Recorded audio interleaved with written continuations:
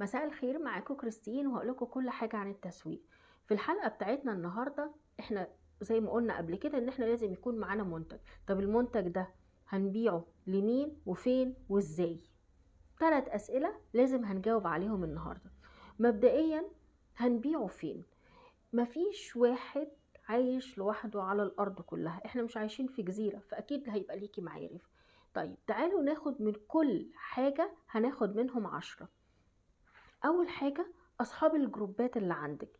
يعني انت دلوقتي على جروب، على الواتساب عندك مليان جروبات. اول حاجه جروبات المدارس، ما اكترها، احنا الجروبات عندنا بقت شغاله على طول تنتنى من كتر الرسائل بتاعه المدارس. تاني حاجه جروبات البيع اساسا اللي انت فيها على الواتساب.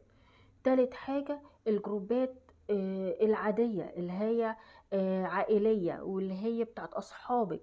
هتلاقي كام جروب عندك على الواتساب، تعالي امسكيهم كده. لو دخلتي على كل جروب واخترتي منه 10، حتى لو مكنتيش تعرفيهم، ابعتي لهم قولي لهم مساء الخير يا جماعة، معاكم فلانة وببيع كذا. لكن ما ينفعش احنا قلنا هنختار الجروبات كلها، حتى جروبات البيع. ما ينفعش ان انت تدخلي جروب بيع وتاخدي الزباين بتوعه. دي مبدئيا خليها بيني وبينك كده، ما يصحش. لكن احنا ممكن نعمل حاجه بسيطه جدا. انت هتستأذني ادمن الجروب ان انت اما تعرضي المنتجات بتاعتك عندها وهي تعرض الجروب المنتجات بتاعتها عندك، او الحل التاني ان انت تخليها تبيع معاكي. قولي لها خلاص انا هديكي المنتج انت بالسعر الفلاني، وانت حاولي ان انت تنزليه بالمكسب بتاعك. يبقى انت كده فتحتي العلاقات بتاعتك. دي اول حاجة. الجروبات المدارس الاهالي، اكيد انت عارفاهم، مامة فلان ومامة احمد ومامة اياد ومامة علاء. الناس دي كلها ابعتي لهم قولي لهم على فكرة انا ببيع المنتج الفلاني، لو حضرتك حابة ان انت تشوفيه او لو حابة تشتريه مني وعندي الاسعار كذا. يبقى شوفي انت اخدتي كام واحد، تعالي نكتبهم كده مع بعض بورقة وقلم. الجروبات اللي انت فيها، الجروبات البيع، جروبات الاهالي، جروبات الاهل والصحاب. انت ممكن تدخلوا يا جماعة انا ببيع او هبتدي اشتغل اونلاين وهبتدي اعرض مثلا المنتج الفلاني، فلو حد محتاج حاجة يبتدي يطلبه مني. شفت كام جروب عندك دلوقتي؟ يبقى ادي اول حاجة احنا قدرنا ان احنا نوصل لها. تاني حاجة الترشيحات. يعني ايه ترشيحات؟ يعني مثلا انا كريستين صاحبتي مثلا سين من الناس، لا يا ياسين لو سمحت تحبي تشتري مثلا مني المنتج ده؟ هتقولي لا انا ماليش فيه. طب تعرفي حد عايزه؟ تعرفي حد ممكن يشتريه؟ هتقولي اه طب بصي انا مش عارفه، هعرف اكس وهعرف واي، دولت انا هبعت لهم المنتج بتاعك. يبقى انت كده اخدتي ترشيحات ابتديتي توسعي دايره معارفك. من الحاجات المهمة جدا جدا جدا واللي لازم ان انتي تعرفيها، ان احنا هنبيع لمين المنتج. يعني ايه هنبيع لمين المنتج؟ ودي على فكرة نقطة مهمة جدا وكتير بيقع مننا. يعني ما ينفعش تكون واحدة مثلا ما بتحطش مكياج واجي اعرض عليها مكياج. ما ينفعش تكون واحدة بتلبس مثلا كل هدومها اسدالات واروح اعرض عليها مثلا بادي. ما ينفعش. ما ينفعش واحدة ما تكونش ليها اهتمامات مثلا بالمنوكير والحاجات دي كلها واروح انا اعرض عليها المنتجات دي. ما ينفعش.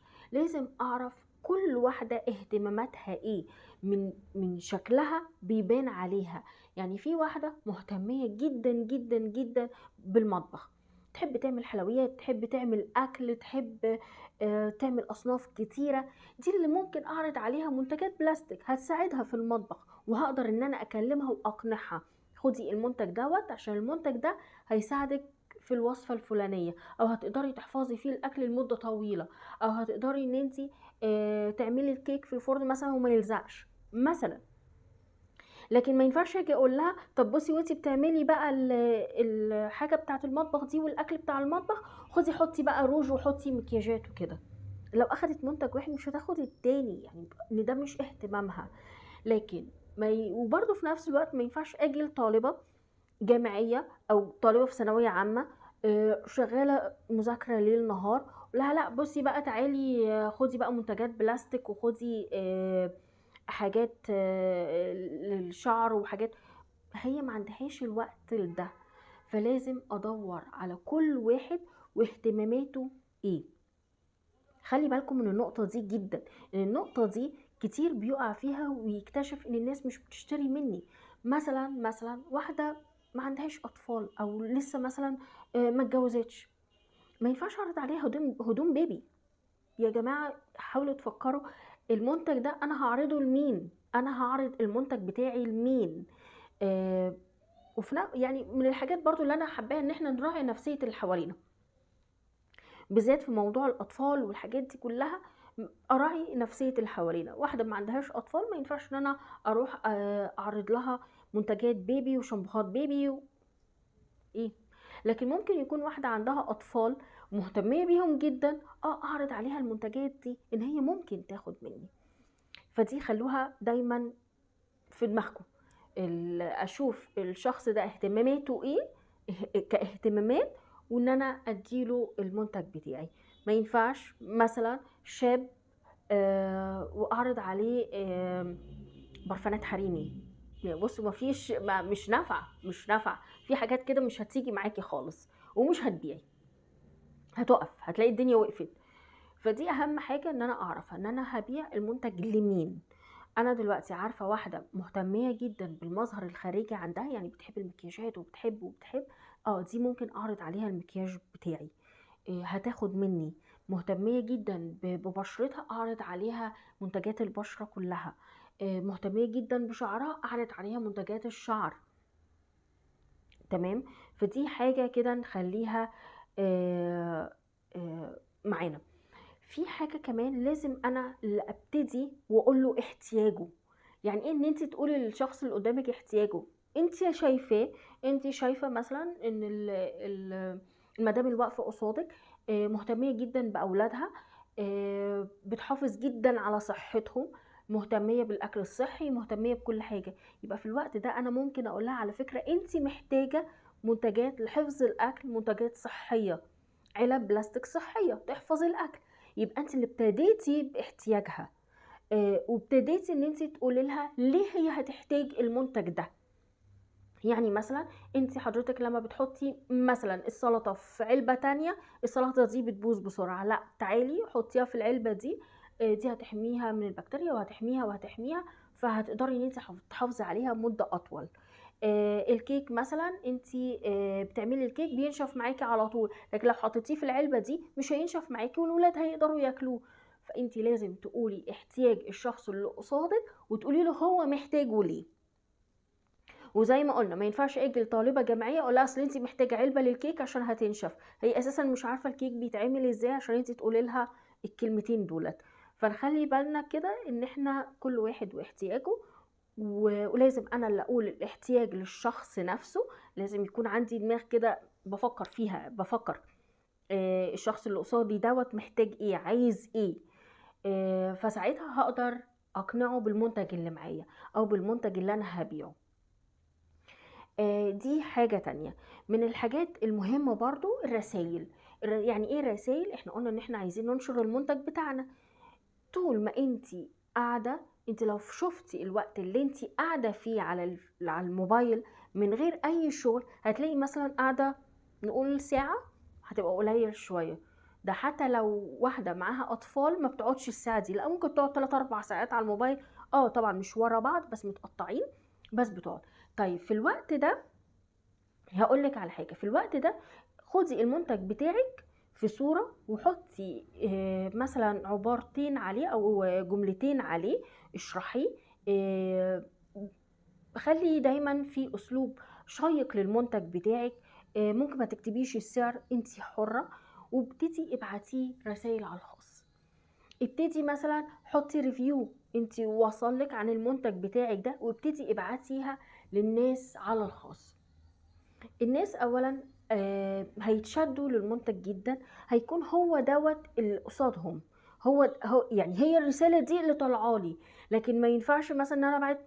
يعني انا بستغرب جدا من الجروبات بتاعه الواتساب، ان انا في مره واحده افتح الواتساب الاقي فيه 500 رساله وصور، 500 رساله وصور ومنتجات. طب انا مش ملاحقه، انا ما عنديش الوقت الكافي ان انا امسك منتج، بالذات لو انا ما عنديش اهتمام بالجروب ده. طب انا اهتم بالجروب ده امتى؟ لو انا بعت صوره واحده، شرح واحد في كل ساعتين. يعني مثلا لو اليوم بتاعك 12 ساعة و12 ساعة انت ما بتعمليش فيهم حاجة، يبقى خدي كل ساعتين ابعتي صورة لمنتج واحد، اكتبي شرح للمنتج ده، اكتبي ريفيو عن المنتج ده. بعديها بساعتين ابعتي صورة تانية، يا جماعة لا المنتج فعلا في ناس جربته وبيشكروا فيه جدا. بعديها ب4 ساعات ابعتي صورة منتج تاني، عشان الناس تقدر تشوف. اللي حتى لو واحدة طول النهار بره بيتها ورجعت بالليل هتلاقي مثلا 6 رسايل، 10 رسايل كتير، فممكن ساعتها يجي لها الوقت ان هي تفتحهم. لكن ان انت تبعتي 500 رسالة ولا 600 رسالة ورا بعض عشان نخلص، خلينا نخلص، دي بتبقى صعبة جدا جدا. فطبيعي جدا ان الناس مش هتنتبه معاكي، ومش هتلاقي التفاعل اللي انت عايزاه في الكم الرهيب من الرسائل ديت ومن الصور اللي انت بتبعتيها. يبقى اول حاجه تبقي عارفه انت هتجيبي الناس من فين. احنا قلنا هنجيب الناس من الجروبات اللي عندنا، احنا اتكلمنا دلوقتي على الواتساب بس. فتخيلي ان انت هتجيبي من كل جروب انت عليه في الواتساب، هتجيبي مثلا منه 10، هتقولي لقرايبك، هتقولي لاصحابك، هتقولي للناس دي كلها. احنا مش هنقول لناس كتير، احنا عايزين نبتدي ولو حتى ب50 واحد على الجروب، وال50 دولت هيجيبوا 100، وال100 هيجيبوا 200. فدي ما تقلقيش منها، ما تقلقيش منها خالص. يبقى اول حاجه احنا عرفنا هنجيب الناس من فين، من على الواتساب. هنشوف الجروبات اللي احنا فيها ونشوف هنقلب كده، نقعد كده بورقه وقلم ونقلب ونشوف الاسامي المكتوبه عندنا ايه هي. تاني حاجه ان انا ادي المنتج المناسب للشخص المناسب، ولازم ان انا اللي اقول له احتياجه، مش هو اللي يقول لي، لا انا اللي ابتدي واقول له احتياجه ايه. وعلى فكره لو شخص حتى انا معرفهوش، ممكن من طريقه الكلام هبتدي افهم هو عايز ايه ومحتاج ايه بالظبط. فلازم ان انا في الاول اقول احتياج الشخص ايه. تالت حاجة ان انا مملاش الموبايل صور كتير كتير كتير قوي كده، لا يعني حاجة واحدة واحدة كده اهوت نبتديها. صورتين في اليوم، 3 في اليوم، منتج واحد في اليوم، منتجين، ابتدي اشرحهم صح.